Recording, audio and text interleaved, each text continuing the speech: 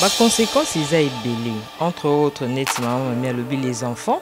Bah on va subir ça plus parce que les abeilles innocents bah ils m'embouter, eux subissent plus. Eux bah on moko bah concernés subissent parce que bah tout mususu après leur divorce, mito beba bango, bah tout mususu bah koka kozonga o bazala rati parce que eza kokabwana. Entre autres, séparation et rupture, c'est toujours un truc qui a ma bé. En tout cas, divorce, oui, kokanga motema, mais mingi dialogue et kozala malamu po aimer ma biso na divorce te. Kozala na dialogue, maman Rifine, ko partager mingi nanda ko quelque soit ta problème ngo ko ya mais faut ko yeba ko dialoguer, ko yeba ko luka famille, ba parents, ba connaissance nengo utolo bake, ozaka ka coller na mariage te, oza pe na ba connaissance ni ko luka ko partager. Mais attention avec qui tu partages. Ça aussi c'est très important. Au PC, tu peux évoquer le moko. Maman et moi, si m'tazaki à la base. Tu vois? Sans peut-être maman zo salango au fond de la eba quitté kazo ça la fondement à ma bé. Mais à conséquence c'est rebima qui il faut aussi faire très attention. Libala ezelo ba amikete. Libala ezelo ba immaturité. Voilà pourquoi on dit avant de se marier, même dans des églises, ils ont un encadrement. Tous aura ba parrain pourquoi? Les seules solutions est en Zambie. Comme kotisa na prière pour ba conséquences mosusu ebotama te mingi soko za na prière nzamba ko eba ko orienter yo na ba directif mosusu makambo mosusu eko arriver te. Okomona ke soki makambo e arriver okoza na discernement ko eba ke papa taza akomi na ba point boy tenga fone ba ko discerner ngo ki likambo oyo ezo ya papa aboy pona ko protéger bana to foyer omona ke faut za la ka na prière. Koyeba ko orienter ndako na prière, koyeba ko orienter papa mingi na prière. Po ba papa nga na benga ba ba porte d'entrée ya ndako to ya foyer. Omona papa zala kanata ya ko prier, oui ba mingi bazala na prière mais mingi te. Mingi te ba papa na mbenga ba ba porte d'entrée na ndako. Alors soki ekutani yo pe mama oza poelele, omona ke oye ko détruire ndako. Mingi koyoka te, mingi ba mama musuto memaka divorce na ndako. Kozala koluka kolandela ta musu makambo papa okeza bongo te yo moko zo mikotisa makambo na ta wana o mikotisa makambo memango na prière ezala ya solo ezala ya lokuta mingi lokande to baake biso ba mama to kufa nde ba mama biso bando baake to kufa ka pona bana mais biso to kolinga to za na langage wana te okozala na posa bolingo na mondialisation bana biso ba obeta masolo na te neti ngaku dans le bateki na kufaka. Voilà, c'est ce que j'étais en train de dire tout à l'heure. Naza ba casquette ebele, naza maman, naza moi c'est mutu, naza pe moi na batu quelque part. Na kufela ka casquette mon côté. Tous les partis faut les équilibrer parce que vie na ngana pe ngamo pe mkolo vi bon mkolo vi ngamoko. J'ai besoin de ma vie aussi. Na kufela ka banate. Et puis faut pas koluba maman mami je te contredis. Kolati sakaka biso basi kilo wana ya kofandisa libala kati. Parce que ça likambo à deux personnes. Et ça union biso mbale to yokana ki to fanda ensemble. Biso mbale to bunda pe loko ngwe fanda ti. Yo koti ki na mtu mo kilo te. Tout problème ko ina ndako. Problème ko ina ndako papa balba nini? Faut sambela bedeti ngamoko ya arrive papa za na problème on na musala za na mboka musika et tomber jour anniversaire na ngande ka za na zo déranger ote. Na za na problème na musala en tout cas faut sambela papa ani bakima hapa na biso. Pour que biso nde to memaka charge. Ndenge to zalaka. Bakima hapa na biso po ba ezawana. En fait, eza complémentarité. L'homme seul ne peut pas. La femme, on peut. Aujourd'hui, on dit on peut, mais en réalité, deux valent mieux qu'un. Moni, pour la libala ezala bien, il faut tous les deux parties ezala na bomoko.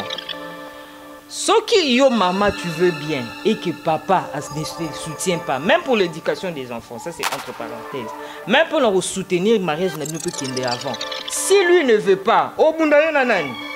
Kobima mususu ya mwana na balabala ezake bisope ta mususu mama OK aux 8e minute basa mabala mingi ta mususu kozala ke akei azwi ma mobali mosusu a provoquer ta mosusu voyage to déplacement moko boye akei aboti mwana nde ezalaka ta mosusu totalaka mpe na bayebitando mosusu ke basundoli mwana na hôpital infirmier ta mosusu akozala na capacité moto mosusu oyo akoya na zwi mwana charge me akokende kuna mpe akokoka kosupporte te vike aza ye te moto aboti ye akozala vraimen na souci te na motema na ye place akolembela akosala nini akosundola nde tomonaka mwana akomi nini akomi phaser. Bonjour, bonsoir, ça dépend de l'ère à laquelle vous nous suivez. Partout, dans le monde entier. Les lots, tu na sujet où ils ont vraiment motouya et surtout beaucoup plus pour les parents. Ils ont pensa profond makasi. Sujet na biso ya lelo, ils ont les conséquences du divorce. Na zangai mo côté na kati ya plateau, na zana ba femme forte. Kaka ne na message ko yebisa bino ba maman moko baza très intelligente, ba femme baza vraiment sage makasi. Yango na préféra ki lelo tozala na bango ba bakisa en plus na kati ya bandaku na bino na kolinga to leka na ba présentation bango moko ba se présenter. Bonjour maman. Bonjour maman Pedi. Maman na kolinga balandi o bazolanda biso na kati ya Aurore TV bayoka kombo na yo eza nani? Kombo nanga mama mami. Kombo nanga mama mami Lukau. Merci. Bonjour maman. Bonjour madame. Maman na kolinga bato bazolanda biso bayeba mama kingani kombo na yo nani? Nga naza maman Rifine. Ok, merci beaucoup maman Rifine. Bino moko boyoki maman mami, maman Rifine.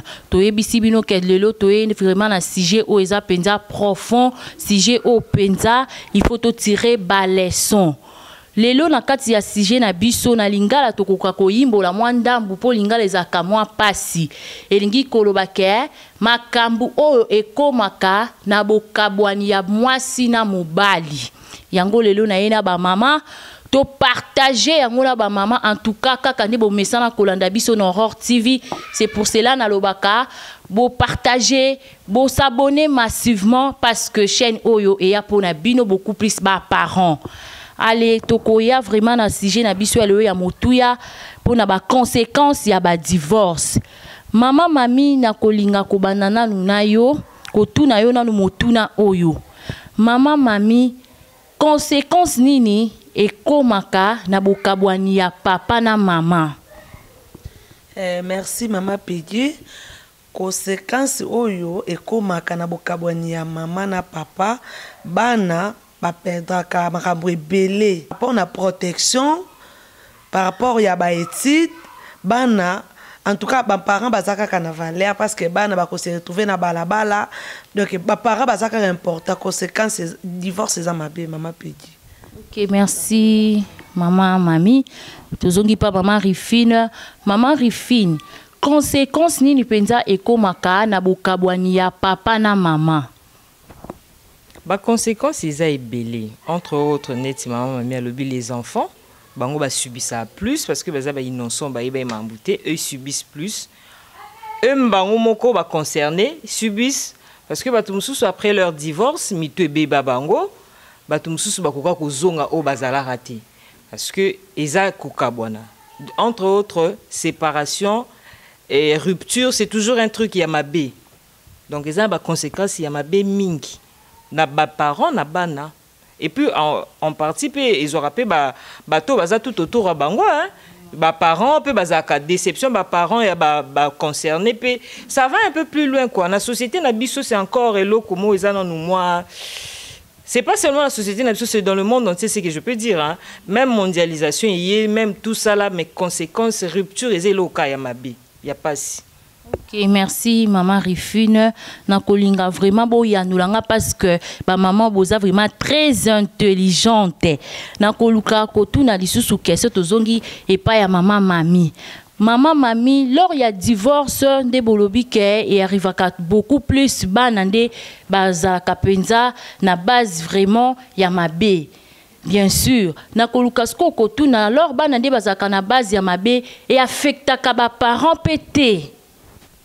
et affectera ba parents et affectera ba parents par rapport à nini parce que beaucoup perdre makambo belé na mbala moko po ezali ko moko préparer quitter divorce ye bo se séparer ou ya komi pa pona ko zonga ndenge bozalaki ezande mama Rifina lobi eza facilité instabilité kota kamakasi partout ezala na papa ezala na maman po zonga nde ozalaki en tout cas eza passe. Merci beaucoup, maman Mami. Maman Rifine, tongi toyeba parce que na moni beaucoup plus besoin par ya bana, na lors ya divorce ya papa na maman. Est-ce que ba parents peut affecter ka bango pété? Si bango mo peut bazaka affecté parce que c'est leurs enfants. Bazabana bango mais comment à un moment moko ba point moko ezaka non retour. Ba point non retour ezalaka au talibon. Je sais pas dire que ba maman kala subissait hein ba maman soit kala bazaki ko fanda malgré tout. Mais lelo on a compris aussi autre chose que la vie vaut mieux que tout. Batu mususu ko kanga motema na libala et puis oyo kufa na maladie motema et puis si mutobi a profité na vie naï bien qu'il y a bala qui simbité c'est un échec il faut l'accepter. Bon pas seulement je sais pas peut-être donc choqué batu pas tellement échec. Mais ezakaka en partie un échec, je sais pas le mot parce que échouer n'est loko sala qui a liboso et ceux qui s'y vivent en tu peux refaire mais faut à la makasi tout le parti ba parents ba koloba na pe ba mona pasi ya bana na bango mais loko comme aranaton moko égoïsme na bisoté égoïsme peut-être je peux dire ça au lobby bon j'ai pas que seulement les enfants parce que na tozaka ba casquette de mon côté je suis maman aussi. Mais je suis la femme de quelqu'un, je suis l'ami de l'autre, je suis la collègue de... Naza ma casquette est belée. Ok, nakoka na casquette de mon côté. Mais biso quoi babantou, on nous exige ya kokanga plus na casquette à cause à la parent. Donc supporte tout ce qui se passe, ya malam tu ya mabe et dans l'espoir que dans les jours à venir ça peut changer. Mais makambo susu pe au moins na peut changer té.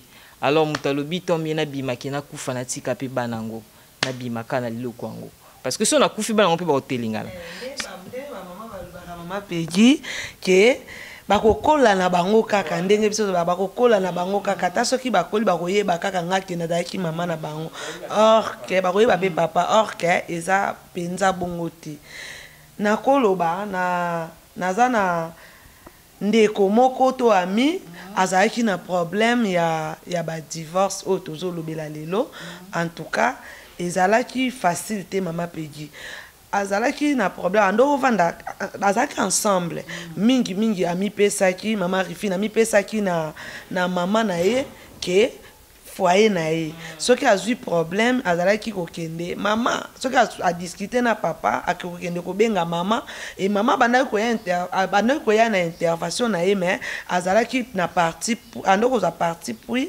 ya mwana na ye et mobali pe bandaki ko encaisser ozo sentir nde na lo papa nde to lo bela mamba divorce mobali azalaki ko encaisser et komaki na moment moko boye bakomaki na problème andako et couple wana esengaki mwasi ndenge ezalaka mwasi fazonga nanu mobali pe aluka nanu makoki po ba s'en sortir nde bazalaki mais na par rapport à ndenge to lobela divorce mama pedi mobali siko ezalaki point de contact na ko se débarrasser na mwasi bon ayaki kozwa décision vu que oui ba parents nde to supportaka o balbaka maman foza motema munene mais papa siko loka daki na posa se débarrasser na maman atikelaki mama mwana bana kwa atikeli bango bana mama kenda papa kenda ki hier azalaki susu ko reconnaître te que bana bazali abalaki bango abalaki mama loke asundolaki penza nyonso mais ekomaki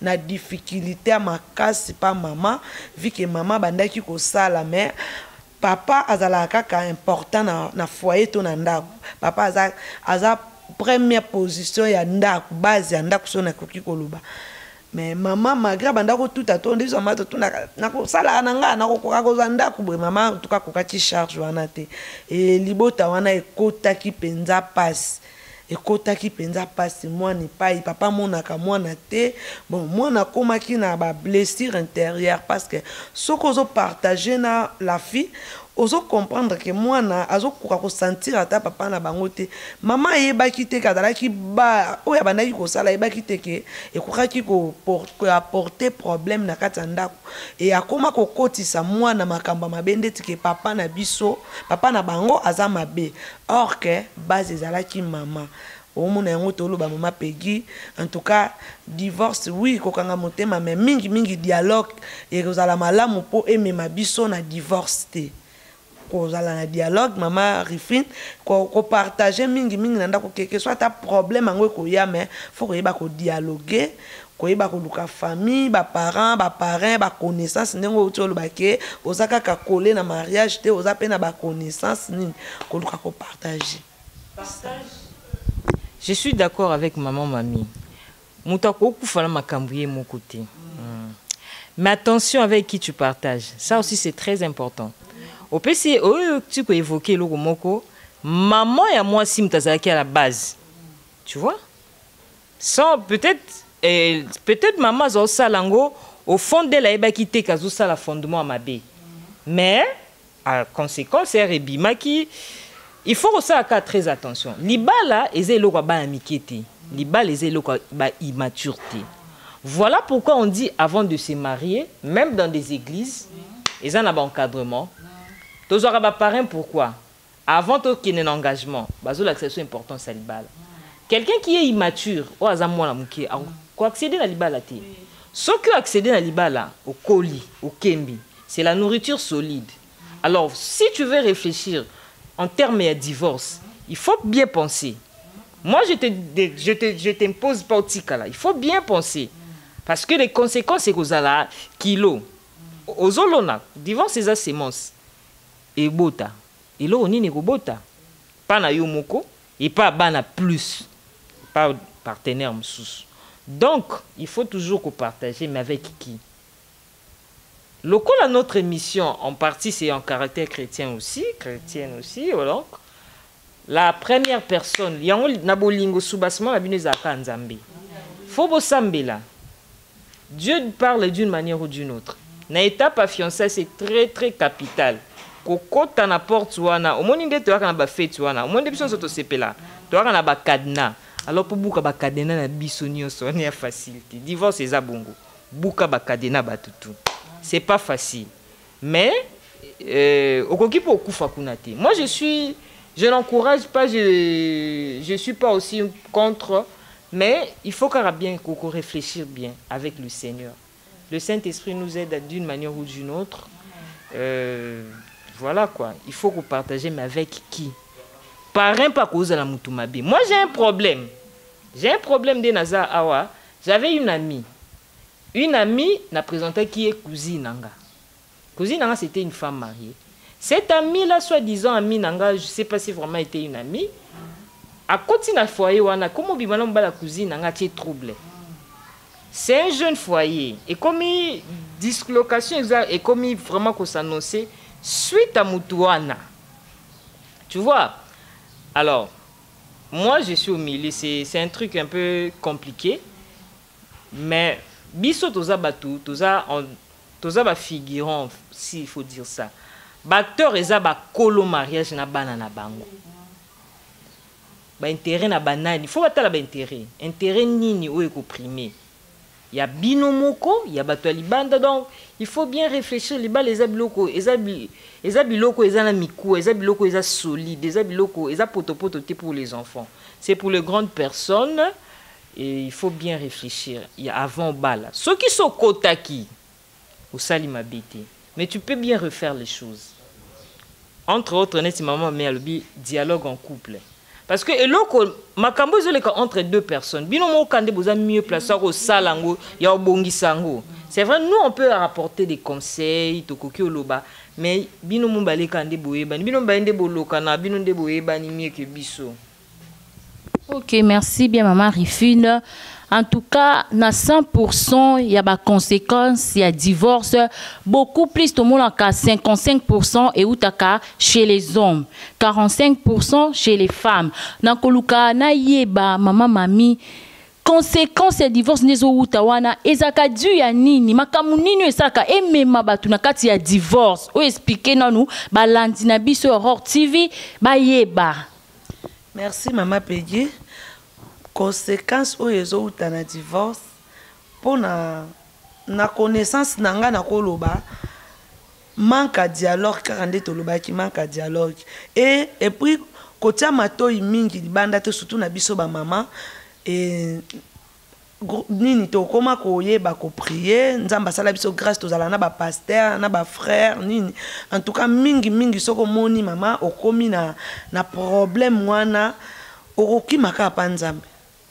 Oui mutazali mais les seules solutions eza nzambe komi kotisa na prière po ba conséquence mosusu ebotama te mingi soko za na prière nzamba koyeba ko orienter yo na ba directive mosusu makambo mosusu eko arriver te okomona ke soki makambo e arriver okoza na discernement koyeba ke papa ataza akomi na ba point boy tenga fone ba ko discerner ngo ke likambo oyo ezo ya par rapport a boy pona ko protéger bana to foyer omona ke faut ala ka na prière koyeba ko orienter ndako na prière koyeba ko orienter papa mingi na prière po ba papa nga na benga ba ba porte d'entrée ya ndako to ya foyer omona papa zala kana temps ya ko prier oui ba mingi bazala na prière mais mingi te ba papa na mbenga bango ba porte d'entrée na ndako alors soki ekutani yo pe mama oza poelele omona ke oye ko détruire ndako mingi koyoka te mingi ba mama mosusu memaka divorce na ndako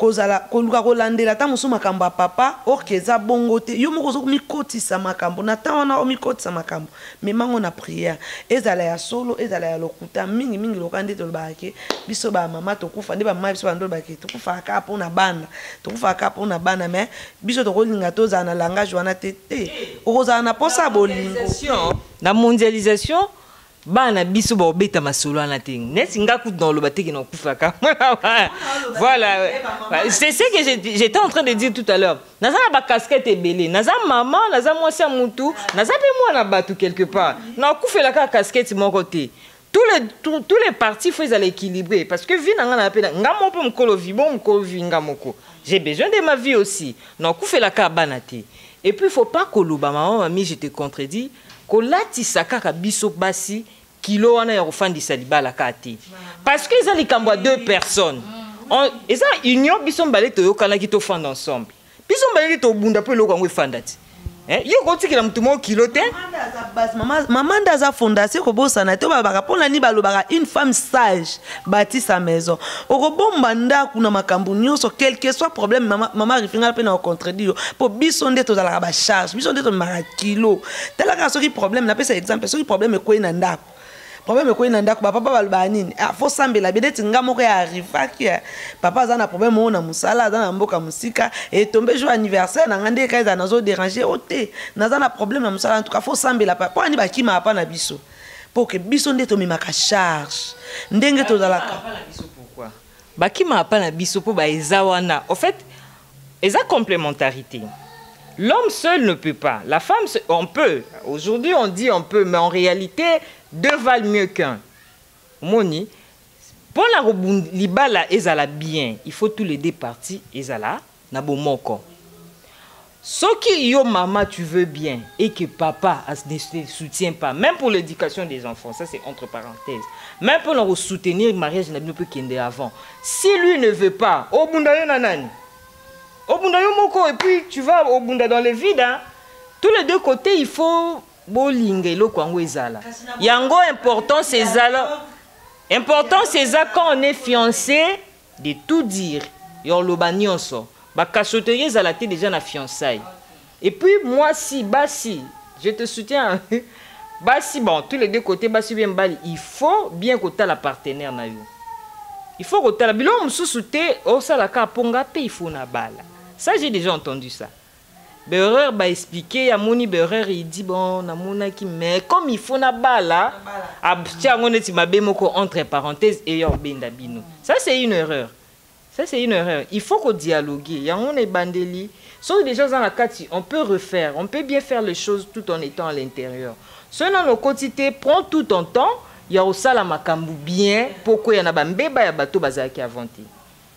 Ok, merci maman Rifine. Ngana koloba en tout cas pour na bana oyo baza penza ba cause ya divorce eza que bazo memela biso penza malheur moko na kati ya société. Pour bana l'air bazo kabona ba parents bazo kabona bana bazo koma ba shege bazo koma ba kuluna.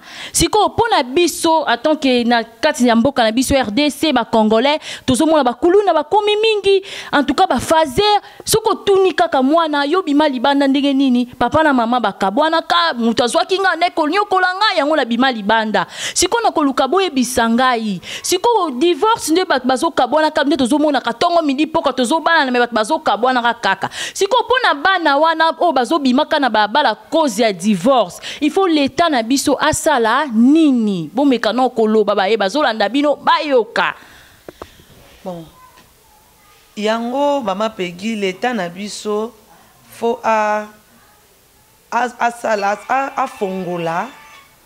afongola nakoloba site mende balbara onje kwa pona kozwa bana wana nyonso parce que mabe ekoti makasi na bana mabe ekoti makasi pour bana bana l'état na biso faut a trouver solution na makambo oyo etali herba parana sur ces ana herba kendana na procédure à divorce herba kendara bango ba juge na biso ba sala ka makamba ba divorce wana faut ba yeba kopesa ba couple tanto ba bala ni temps ya ko yeba ko réfléchir na mona ba couple mususu bazozongisa bango ka bazozongisa bango ka na ba conseil pe lobaki mbebe zande mama Rifine lobaki sur base ce que ezalaki déjà que obandaki kokota otala ozobaka na bala pokaka oyebi mabe moko eza pa papa mais na couvrir yango kaka na kende ka po mokile mona ka bala wana peza mabe mais ce que eza que likambo ya arrivaki na kata foyer bayambi na biso bayamba biso pona ba procédure à divorce ba pesa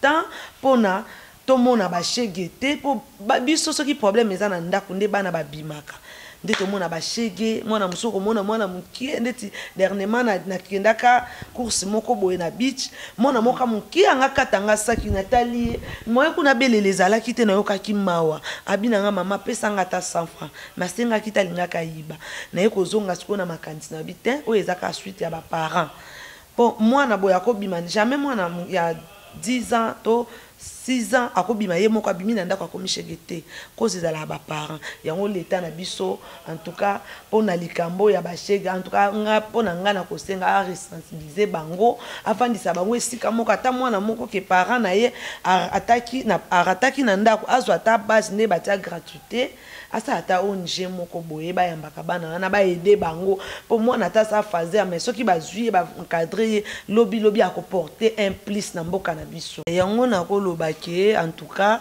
l'état na biso azwa solution mais ndenge mama Peggy cause mususu ya bana na balabala toko condamner pe kaka l'état te mwana mususu abima eza pe divorce te oui tozo soulever point ya divorce mais kobima mususu ya mwana na balabala eza ke biso pe ta mususu mama okay ozwize minute basa mabala mingi ta mususu akozala ke akeya azuize ma mobali mususu a provoqué ta mususu voyage to déplacement moko boye akei aboti mwana ndezala ta mususu totalaka pe na ba habitando mususu ke basundoli mwana na hôpital infirmier ta mususu akoza na capacité mutu mususu uya koya na zui mwana charge mais akokende kuna pe akoko supporter te vike aza yete muta boti ye akoza vraiment na souci te na motema na place akolembela kosala nini akosundola de to mona ka mwana komi nini akomi fazer yango moni biso pe ba maman en tout cas basa mabala ba jeune sœur to tambola bien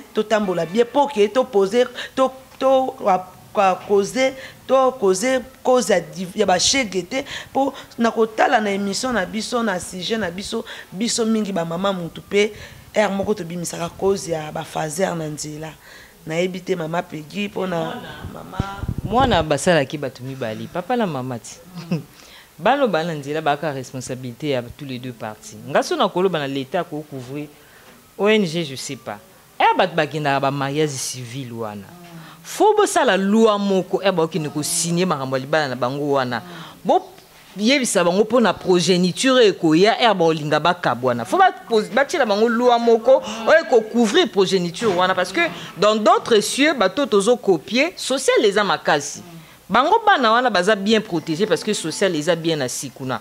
Mais chez nous ici social les a été. Pourquoi pas qu'on prévenir ango herbat bakena na ba mariage wana na l'état doit précaution pour la progéniture à venir. OK, merci maman Rifine.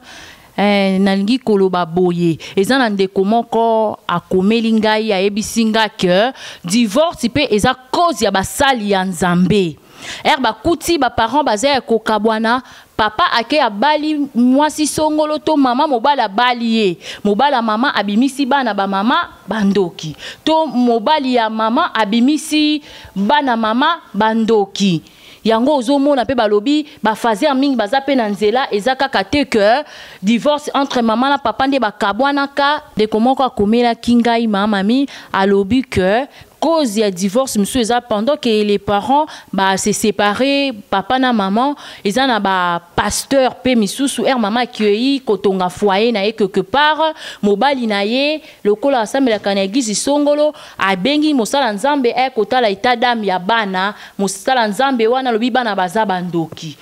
Alors papa wana lokwa balaki mama akoka ko supporter te po baza makila na yete atuni mama ou bien libala ou bien bana mama lokola amoni kesa balaki alobi peut-être na zwana tinda bana baki pa batata mwasi kokene bana bakei kuna ko arriver que tata mwasi pe abengani bana nde bana bakomi ba fazer siko yango balobi pe basala nzambe na biso pe baza derrière ba fazer oyo baza libanda yo tant que maman okoki koloba nini na bato bazokamba biso basala nzambe oyo toyaka ba église to respectaka bango parce que baza bato oyo bazomema biso kati na nkolo mais bakomi lisusu cause ya ba fazer ya kopanza ba parents cause ba fazer o bazana nzela au moins za sorcier tandis que azana est sorcier te mais yo mosala nzambe ole oya ata moi za sorcier bien sûr mais na kati ya prière délivrance c'est que mon na cause délivrer mais otiki oui otiki vraiment que parents a bengana mwana na eli banda ozomona yango na kolinga penza mama mi oloba na biso nanu pourquoi et comme tina basali ya nzambe. Oui maman Peggy na kala biso toyebaki ke basala nzambe baza pona kosangisa biso tozala ini quel que soit problème nga na yebi ke soko za na problème okima pa mosala nzambe mais lelo ekoma le contraire lelo kaka nde olobi mama Peggy oui eza vrai basala nzambe bakoma ko séparer ba famille bakoma ko séparer ba foyer bon na akize basala nzambe nyonso te il y a bien bazali basangisa quand même la majorité au bazo séparé basé belé pasteur foye ba rôle na ye na kata libota soki ba invité yo foye ba rôle na mais mingi net na baka oyo lobi coupe mama panzana kana papa zana libala moko ke soit papa kufi mama tikala ki na bana mais soki a jezana no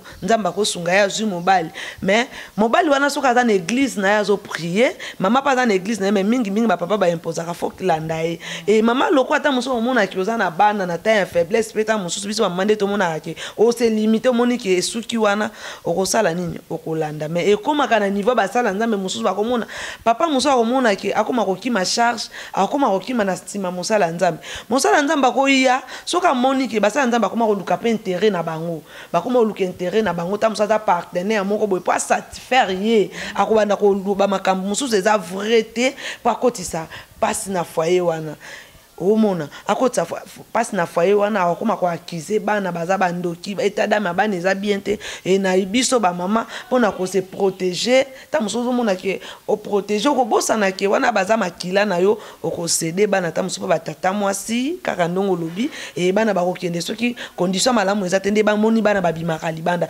donc ba sala nzambe en bref ba sala nzambe baza cause ya ba fazer. Donc parmi au monde a soko ke yata suzo tambo na nzela te mama biso babenga ngandoki pasteur na biso salaka boende babenga mama biso sipotaka ta benga na kanga donc ba pasteur en tout cas boede biso par rapport à ba fazer na nzela oui to yebi ke moi na soka za na sorcellerie eza esprit et si la elongo apeka na esprit okolandela mwana na ba prière ko orienter ba parents soit ti parents ya mwana na prière et parents soit dans na bolingwa mwana akolanda en tout cas ko sila na ngoto mona ba témoignage mosusu mutu mosusu azala ka ndoki makoma un grand pasteur akoma côté ata mosusu akoma prophète mais source na azala ka sorcellerie mais vu que soit akutani na pasteur malamu alandeli esi donc mama Peggy mama ba pasteur baza cause ya ba fazer pona nini bazo kotsa ba prophétie moko boya bienté ezo bebisa ba foyer ezo bebisa ba famille ezo panza ba famille donc pona ba pasteur na biso tolinga bino mingi tokimaka pa na bino parce que to mona nzambe na nzela na bino mais boyede biso pona likambo yo boyede biso na ba conseil boyede biso quelque soit problème soki eza boyeda biso na ba prière et no ya ko séparer no ya ko kotisa boulou yeke na kata ya nini ya foyer, c'est ça. Ok, merci maman Mami. Maman Rifine, en tout cas, na ba message oyo. Ok, oko compléter na yo après question. En tout cas, na ba message mon qu'on a zoa ki de comme bel mora komela ki ngalobi beaucoup plus conséquences ya divorce et zape na ba pasteur na biso. Ba bisa na ba pasteur na biso. Yango nga na kolinga en tant que maman. Oloba na ba sali ya Nzambe na biso. Et le koni ba oki ko sala pendant que ba trouver que cet enfant a sorcier. Ba oki ko mema mwana wana ndenge nini. Na kolinga yo oloba na ba sali ya Nzambe na biso ba yoka. Kolobi ba sali ya Nzambe nga je sais pas si je suis mieux placé au oloba na bango parce que bon ba bi bango ba sali ya Nzambe. Donc on voit Dieu à travers vous, non? Il semble que bien des fois vous avez exemple. Il semble bien que c'est pas ça le cas. Moi, je dirais, je vais, ma maman m'a mis à lobby, continue kabana na banzela tout ça là. Ça, je nazongi na idmam na lobaki l'état kaka. Au moins l'état soka, au moins il débat les loba comment ça là ba examen avant ba baba na ba comment ko imposer bango, batali ça ba test na bango ba makila et tout. Ça aussi faut pas inclure loi moko o ezo protéger progéniture. Na biso, na ba pasteur Moutazali Kona Biso Moutazo chapeauté sur l'État. L'État protégé Biso sur ce sens-là. Vous, Boloba qui boza basali Nzambe. Les lots beaucoup mis à la base, il y a un divorce parce que binomo peut beaucoup ba divorcer. Le roi binomo boza ba divorcer. Bozo causer pe sous ba divorce. Nazo ye banangi le roi lo bana binoti. Boleki pe muno makasi. Ngayo pe sous na lo ba mna sous bo matisanga lisusu. Na linga ka bo finga ngati. Binomo kana conscience na bino. Et puis na bato pour ba vie na bino comme nzamba ko mobimisa bino to mo monati faut zaka mutu aux aveugles pour y aller sous pas aveugle sous bo kitana libuluti donc biso kwa to za ba aveugle bino pe sous bo to kanza ki boza bato bozo mona bien bino mona ka kindoki bino pe boko misu ba aveugle donc tozongi ka pa na yimu ko kwa rido temple pasuka ki donc accessibilité prière biso nyoso tout wanango biso moto sambela pikaka. Ok, merci bien maman Rifine. En tout cas, na kati na bili oyo l'état na biso akomona na o bino bosengi. En tout cas, nga vraiment naza penza d'accord na maman Mami na maman Rifine. Il faut vraiment l'état atia vraiment loi. Eribat bazo balana ko tiata monta mako o ekoleka bango. E boze ko senga divorce faut bo eta na $10,000.